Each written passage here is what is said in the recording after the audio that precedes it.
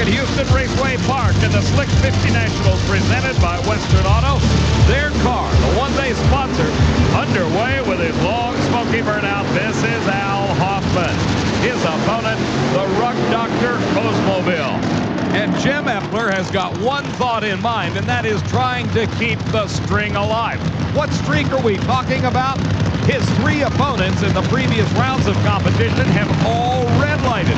A very unusual occurrence indeed in funny car racing, but it is paid off for Epler as here he is in the finals against Al Hoffman. On paper, there is no race. Hoffman has got the advantage everywhere you look. A 520 to a 618 in the last round for Epler. Jim has not made one serious run down the racetrack today. Not for the lack of trying, but as Mike Clover, his crew chief, explained after the semifinals, he's lost. He doesn't really know where the combination is. Tommy Anderson, though, has been most consistent in his tune-up for Al Hoffman. Inside the race car, you're riding along with Al, and that is the view as they raise the body to make a final check of the engine. As Clover goes through the gyrations to get Epler stayed where he wants him.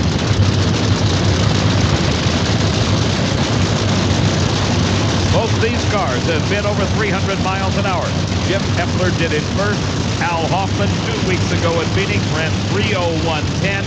Two members of the Slick 50 300-mile-an-hour club that has been filled with the performances here in Houston. And there you see it in the opposite lane, a red light for Jim Epler.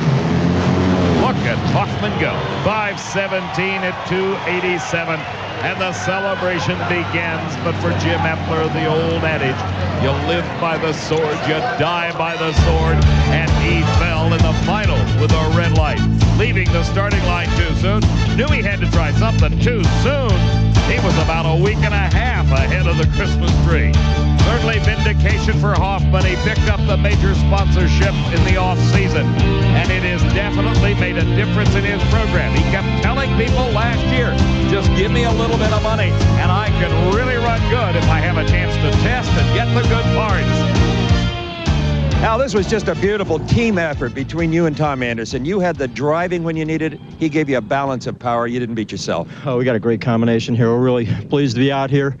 Jim Epler, I don't know what happened to him, but he red-lighted. Well, he's a good racer. He's here anyhow, but we're pretty excited. The track was a little loose out there in the middle, and we've been trying to just fight with it. We got big horsepower in this car, and we're really looking forward to going on to track down at Gainesville next race. I mean, we've been in 2 finals now, and for Western Auto and Slick 50 and everybody involved, we're just so excited. Tom Anderson, my crew chief, I gotta say, I mean, he's the best in the business. My whole crew, I'm just lost. My wife, Helen, has done so much for the whole team, and we're just so excited about this deal. Al Hoffman, pumped.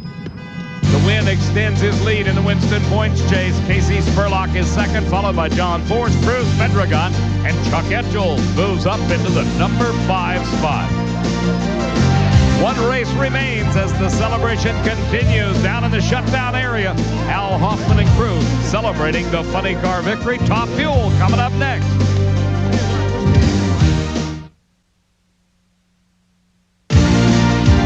It is twilight time here in Houston as Al Hoffman shows you they're number 1, and that's true. They are the leader in the Winston Points chase in funny car, and this is a guy that has been there before. Don Prudhomme, 4-time consecutive Winston champion at the wheel of his funny car. Now in the finals in Top Fuel Eliminator against Scott Coletta. The last time that Don Prudhomme won a race was way back in 1992 at the Autolite National.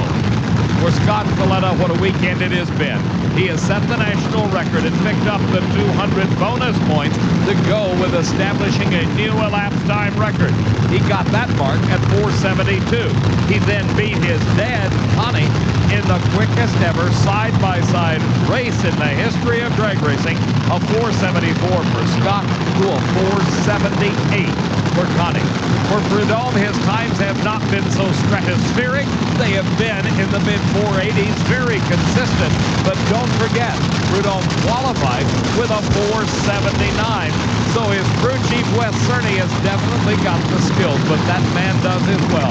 Dick LaHaye, the former Winston champion. He was the top fuel kingpin back in 1987, is now switched over to turning wrenches, and has definitely proved his value for the American International Airways team.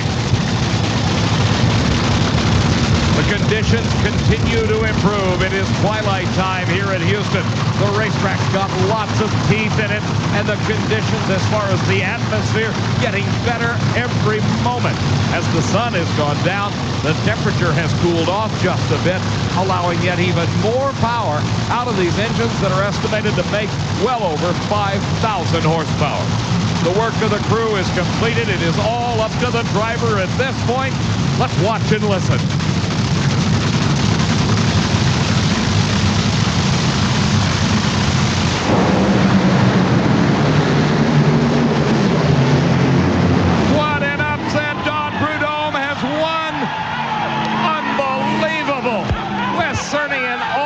Crew celebrate as Don Prudhomme beats the national record holder, Scott Coletta. What an accomplishment for the Snake. Bob Fry? I would say that was one of the more emotional wins we've ever seen in Top Fuel. Well, you can say that again. We loved it. Unbelievable. We've had a wonderful day, and Don has just done a tremendous job driving. If he's going to retire this year, boy, the sport's losing one of the greatest ones. Don Prudhomme got the advantage over Scott Coletta at the starting line. Wasn't much, 1/100th of a second, but more importantly, he was able to outperform the national record holder. Something going away in the car of Scott Coletta. As we watch in this replay, you see he begins to fall behind as Prudhomme streaks to the finish line, a trail of fire out of the headers and a smile a mile wide. Don Burndown wins his 47th national event, looking like Nigel Mansell down here. Yeah. You know, I got on these carbon fiber brakes, a little too hard about to turn the thing over. I was so excited. Yeah, man, I'm tickled to death. What can I say? It's been a long time, and the Lord was with us today. We didn't run the best, but my God, I guess we just hung in there, and Wes Cerny, all the guys. It's best race of the day was with Corey Mack for sure. When you were the Snake. Yeah, well, I just didn't want that kid to whip me off the starting line. That's all I can tell you. And the rest is up to the guys. They do the job of the car. And Skull Bandit, Pure Later wins, Pontiac, GM Truck, all the people that's hung in there with us. Really appreciate it. Thanks again, man. This is a ball. I tell you, I may not quit. I've said that all along. I don't think Lynn Prudhomme, Don's wife, wants to hear a word of that. The win puts Don in 6th. Joe Amato, the leader, followed by Corey Mack, Scott Coletta, Shelley Anderson, and Rance McDaniel. The 1994 NHRA Slick 50 Nationals, presented by Western Auto, has been brought to you by Odor Eaters and Souls. Knocks the odor out of